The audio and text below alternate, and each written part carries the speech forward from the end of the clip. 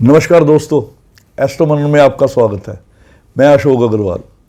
युतियों की श्रृंखला में जो दो ग्रहों के युतियों की पे हम चर्चा कर रहे हैं, उसमें जो आज की युति है वो बड़ी विशेष युति है, शनि और बुध की युति।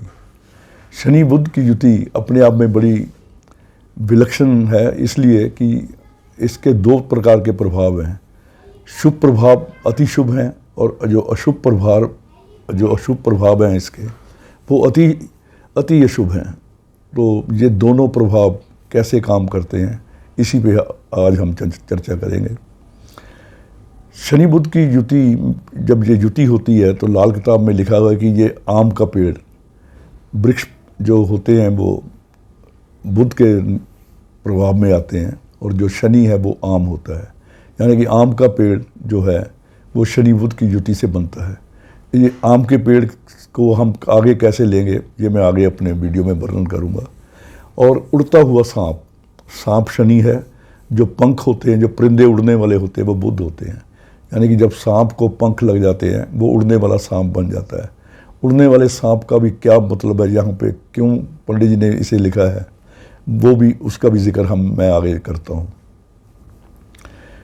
ये जो जब हम अपने गुरुजी के पास सीखने जाते थे आज से 40 साल पहले, तो हमारे गुरुजी पंडित रूपचंद जी के शिष्य थे। तो जो उनसे वो सीख के आते थे वो हमें भी सिखाने की कोशिश करते थे।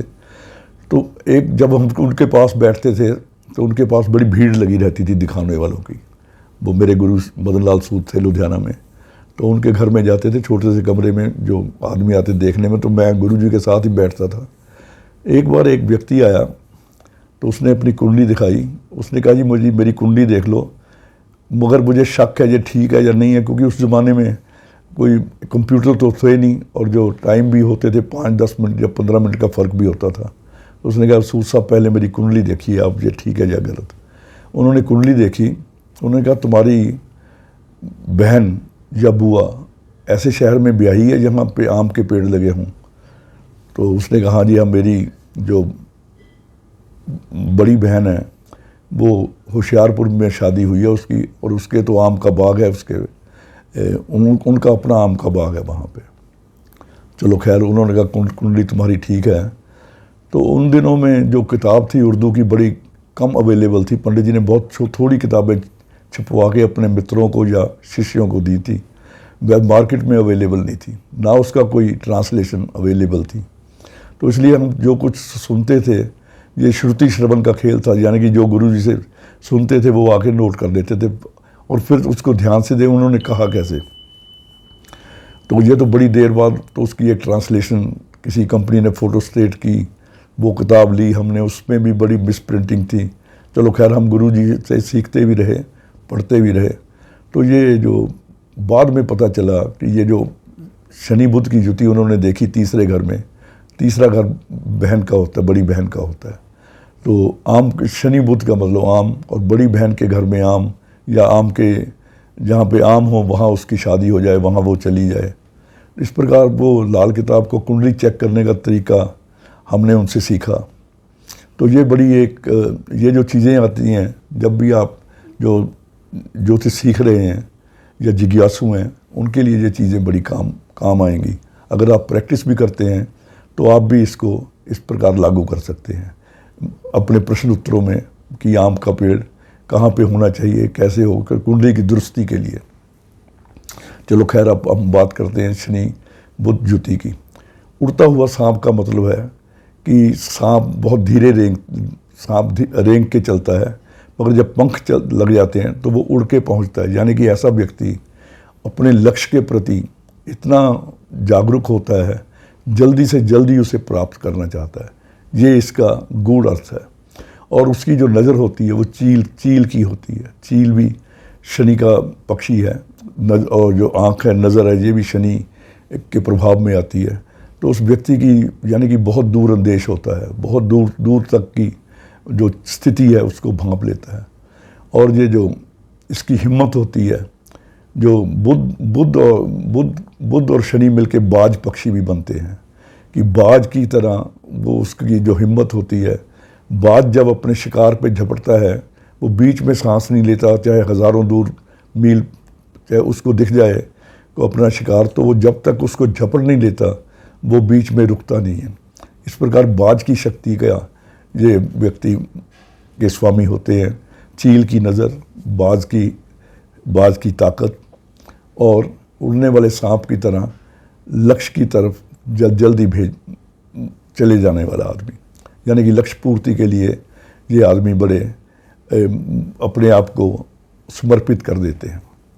ये इस युति का सबसे बढ़िया प्रभाव है। अगर नेक हालत में हो ये शनि, और शनि के साथ जब बुध होता है यहाँ, तो ये कलई के समान हो जाता है। कलई सबसे नरम धातु है, और जो हीरा है वो भी बुध है। हीरा इतना सख्त है कि वो पत्थर भी काट देता है, मगर वो कलई से कट जाता है। सबसे जो नरम धातु है वो कलई है। तो बुध यहाँ शनि के साथ कलई की तरह नरम हो जाता है, यानी कि शनि के प्रभाव में आ जाता है यहाँ पे। जब ये नेक हालत में होता है, इसकी जब नेक मैं बाद में बताता हूँ आपको कि ये इसकी नेक और मंदी हालत कैसी होती है। अगर नेक हालत में हो तो संतान पर कभी बुरा असर नहीं डालती ये युति, बल्कि 24 साल तक घर में नर संतानों की पैदा होती रहती है। और जो अपना ख़ानदान होता है 24 साल तक लगातार भाइयों बहनों के तो या ख़ानदान में नर संतान पैदा होती हैं। 42 साल की उम्र तक शत्रुओं से बचाव रहता है, यानी कि 42 साल की उम्र तक शत्रु इसका कुछ नहीं बिगाड़ पाते।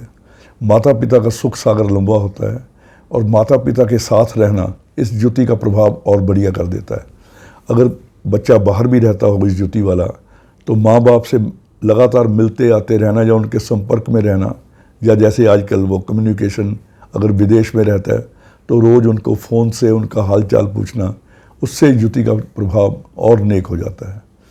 और ये व्यक्ति दूसरों के लिए सांप का मतलब इसमें अच्छा अर्थ लिया गया है कि दूसरों पे उसका दबदबा कायम रहता है।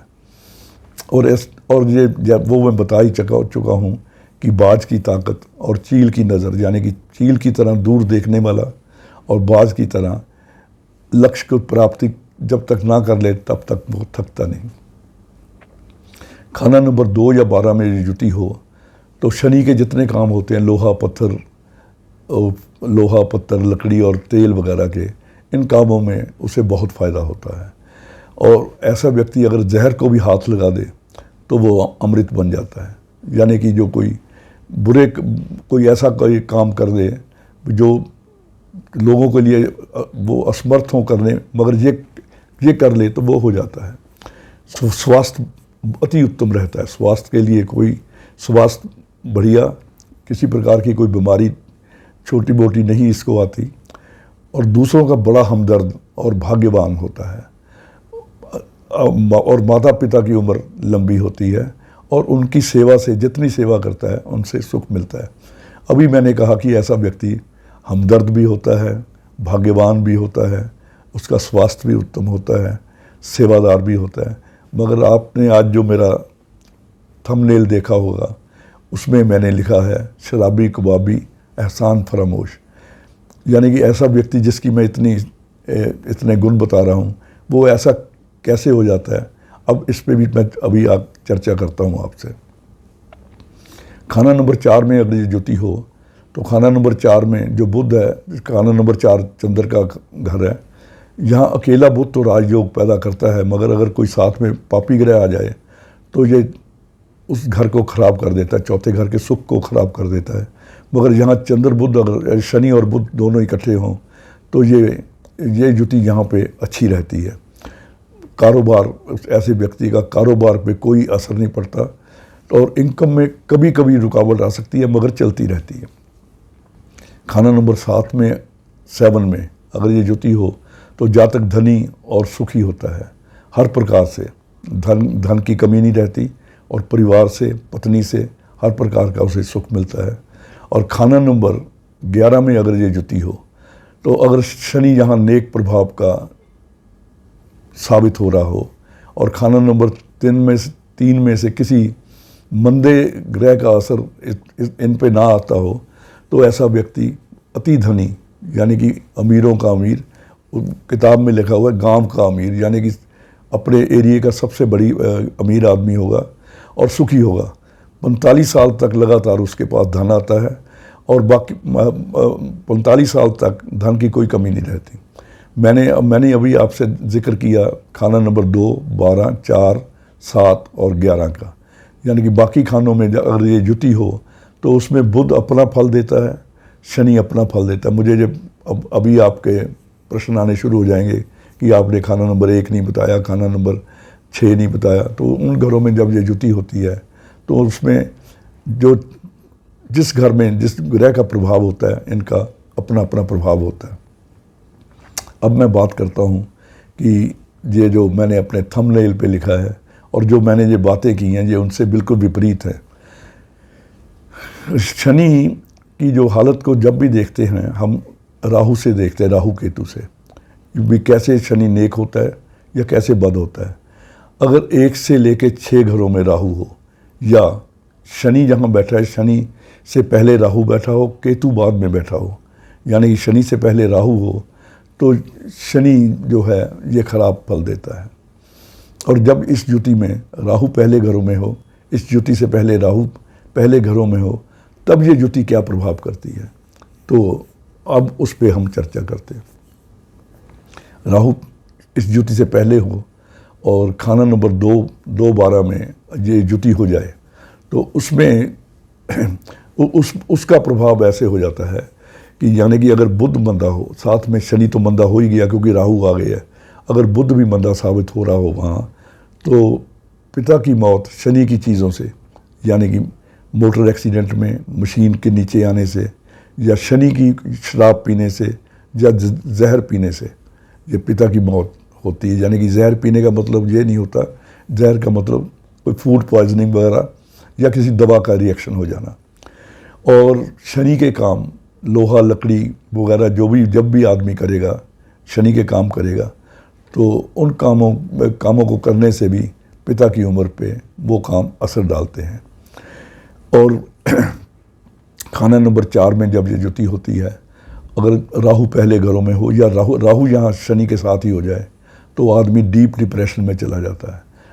ऐसी कुंडलियाँ मैंने देखी हैं, राहु शनि बुध जब चौथे घर में हैं या राहु तीसरे घर में है, शनि बुध की जुति है, तो आदमी अक्सर डिप्रेशन का शिकार बन जाता है और कभी कभी बड़े डीप डिप्रेशन में चला जाता है। और अगर खाना नंबर 7 में ये जुति हो तो ये जो मेरा थंबनेल है और राहु अगले घरों में हो तो ऐसा व्यक्ति शराबी कबाबी होगा, शराब पीने में और जुआ खेलने में और शनि की चीज़ें, यानी कि ये जो जुबान का चस्का होता है मीट वगैरह खाने में, तो वो उनसे परहेज़ नहीं करेगा, मतलब शराबी कबाबी होगा और एहसान फरामोश भी होगा। यानी कि आप उस पर जितना मर्जी एहसान कर दो वो एहसान मानने वाला नहीं होगा। खाना नंबर 4 में अगर ये जुति हो तो जैसे मैंने कहा, और राहु पहले घरों में हो या साथ हो जाए तो वो डीप डिप्रेशन का शिकार हो जाता है। खाना नंबर 7 में शराबी कबाबी मैंने बता ही दिया, वो इसलिए होता है कि राहु अगर पहले घरों में हो। अब खाना नंबर 9 में अगर ये जुति हो तो खराब फल दे रही, राहु आगे हो तो 34 साल की उम्र तक बुध का असर खराब रहता है। मगर 34 साल के बाद भाग्य उदय होता है और बड़े ज़ोर से उदय होता है कि 9वें घर में वहाँ पे शनि जो अपना शुभ प्रभाव है वो 60 साल के लिए शुरू कर देता है कि 34 साल के बाद जितनी उम्र होती है उसकी वो सारी उसके लिए धन और सुख की कोई कमी नहीं रहती। खाना नंबर 11 में अगर ये जुति हो जाए तो और खाना नंबर 3 में से कोई ग्रह शनि को मंदा कर रहा हो तो यहाँ फिर जो शनि है अपनी हालत के अनुसार भाग्य का फैसला करेगा, अच्छा या बुरा। और बाकी जो घरों में हैं इन जुति का फल अपना अपना होता है। तो एक बार मैं एक जिक्र जहाँ पे और कर दूँ, अगर चंद्र बुध की जुति को, ये शनि बुध की जुति को चंद्र टक्कर दे रहा हो या बीमारी के घरों में ये जुति हो, यानी कि 3, 11, 6 में शनि बुध की जुति हो और चंद्र इसके अपोजिट बैठा हो, तो ऐसे व्यक्तियों को कई बार बेहोशी के दौरे पड़ते हैं। अगर ऐसी कोई स्थिति में हो या बच्चों को में ये कोई स्थिति हो कि चंद्र जैसे शनि बुध 3 में और चंद्र 9 में हो, या शनि बुध 11 में चंद्र 5 में हो, या शनि बुध 6 में चंद्र 12 में हो, या शनि बुध 12 चंद्र 6 में हो, तो ऐसी स्थिति में अगर बेहोशी के दौरे पड़ते हो व्यक्ति को, तो आम के पेड़ पे 43 दिन कच्चा दूध डालने से तो जो उसका दवाई खाता है आदमी, उसका प्रभाव होना शुरू हो जाता है। इस प्रकार शनि बुध की युति में जब आमने सामने होते हैं, इसके और बहुत सारे उपाय बनते हैं, मगर वो बड़े सार्थक उपाय हैं। मगर वो कुंडली का सारा विश्लेषण करने से कि और किस ग्रह की टक्कर या किस ग्रह के प्रभाव में है, उसके हिसाब से तो आम के फल से भी कुछ उपाय बनते हैं, कुछ बुध की चीज़ों से बनते हैं, जो कि बड़े प्रभावशाली रहते हैं और कोई दुख तकलीफ़ को दूर करने में शीघ्र सहायता करते हैं। तो आज फिर बस इतना ही। शनि बुध पे मेरा अध्ययन था और जो मेरा अनुभव था और जो मैंने गुरुओं के पास से बैठ के सीखा, वो आप सबसे मैंने शेयर किया है। आशा आप पसंद करेंगे। आज इतना ही, कल फिर मिलेंगे। नमस्कार।